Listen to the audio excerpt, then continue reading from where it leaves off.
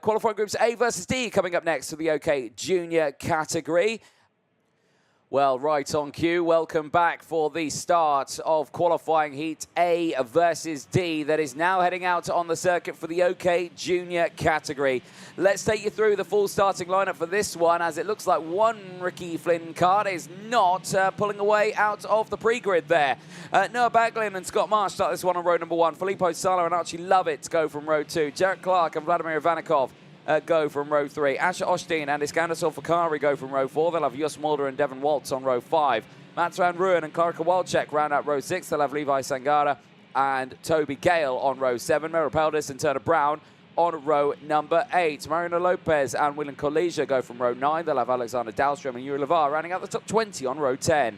Edward Kennedy and Benjamin Magnac round out row 11. Then it's Florentine Hattemer and Christian Blandino. Then it's Michael McGowan, Evan Purcell, Marcelo Mouzalon and Louis Cochet.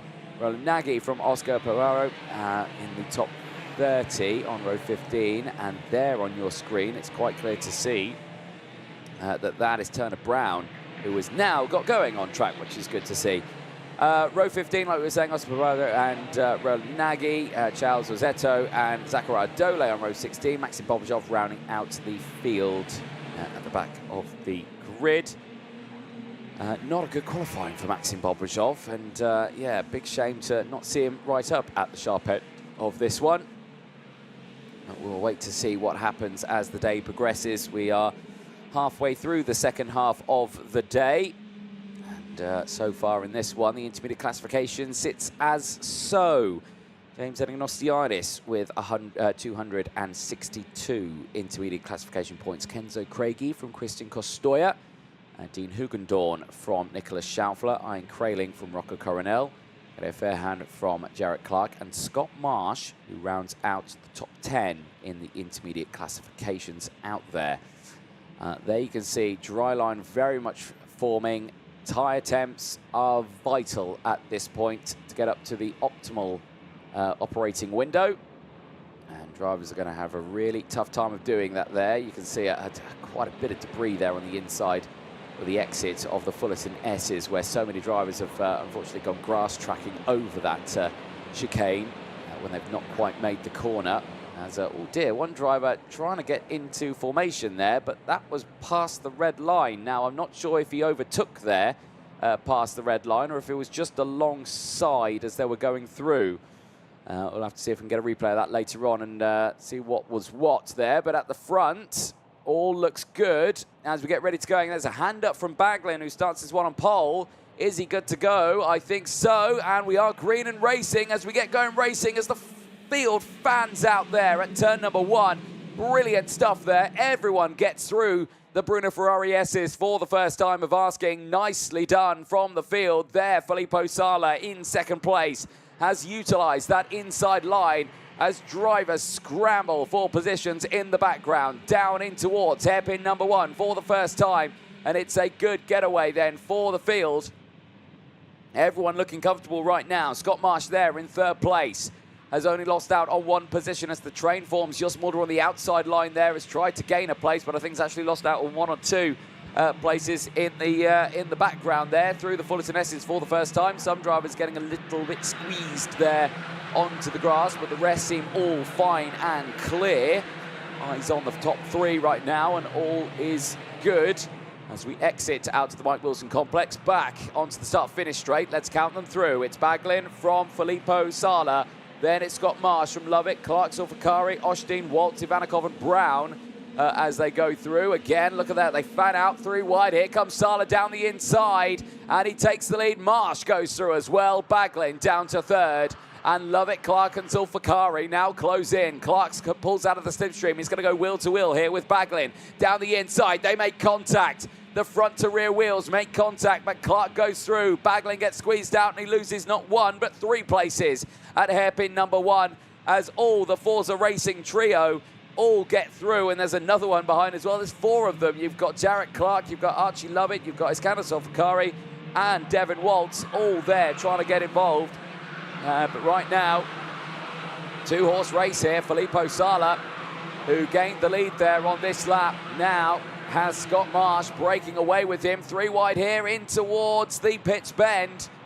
Whew, that was never going to end well if they'd stayed 3 wide. Here as Baglin's now under pressure. Through goes Asher Osteen. Power, that CRG looks absolutely immense there down the start-finish straight. No drama at all. And there's a big coming together on the banking. And I think they're all still going there, but a mass amount of contact. Not quite sure who was involved there. It looked to me, it was kind of a light liveried cart, maybe one of the Forza Racing, possibly as Candice Fakari's tumbled down the order.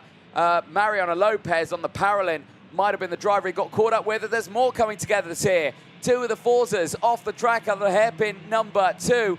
Look at this, we've gone from races earlier today with nothing, and now we see massive incidents on the infield straight. Jos Mulder off the circuit. Merrill Peldis is off the circuit as well. And as well, there's another one trying to break away. Now, the numbers just disappeared from me there, but I'm not sure who that was. Was that Michael McGowan, the Koski? Jos Mulder looks to be a little bit shaken up. The marshal's quickly on scene. I think he's in a bit of discomfort there. That was quite an almighty whack he had for Jos Mulder. And I think he's a little shaken up right now. And, well, slow procedure has been called. So the race has been neutralized right now. This is the first slow procedure of the day. We did see a couple yesterday. Have the front runners seen that? They're approaching the incident right now. And yeah, I think they have. Now, Jos Mulder's been pulled off the circuit now. He's still sat in his kart. And yellow procedure has come out on lap number 3. Or on lap 4, I should say.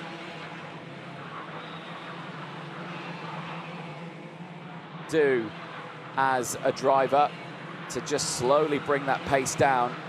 You have to think all the way throughout this. You've got to think of the safety of everyone here as they actually love it, just getting pulled out of the slipstream there, trying to keep up the speed. And right, the pace has really dropped down now. So Sala now controlling this one pretty comfortably for the field. Right now, let's just see how they get this restart going, because, of course, the first protocol is to make sure the driver is okay. And I can see from my position, Jos Mulder is still sat in his kart, being seen by marshals and medical crews at the moment. So let's have a look at the replays. There was the first incident that we saw on track, and I think that may have been the Paralin of Mariano Lopez.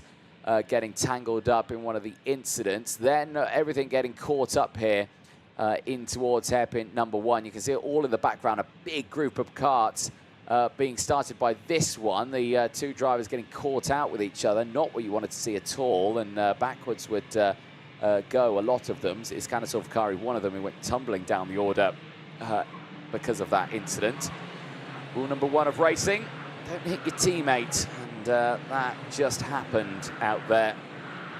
Well, race at the moment, if you're just joining us, is under slow procedure. We are watching qualifying heat A versus D. We've just seen an incident involving Jos Mulder, Merrill Peldis, and one other as well. Not quite sure on the other driver who was involved in that incident. He managed to get going again before I could see the number.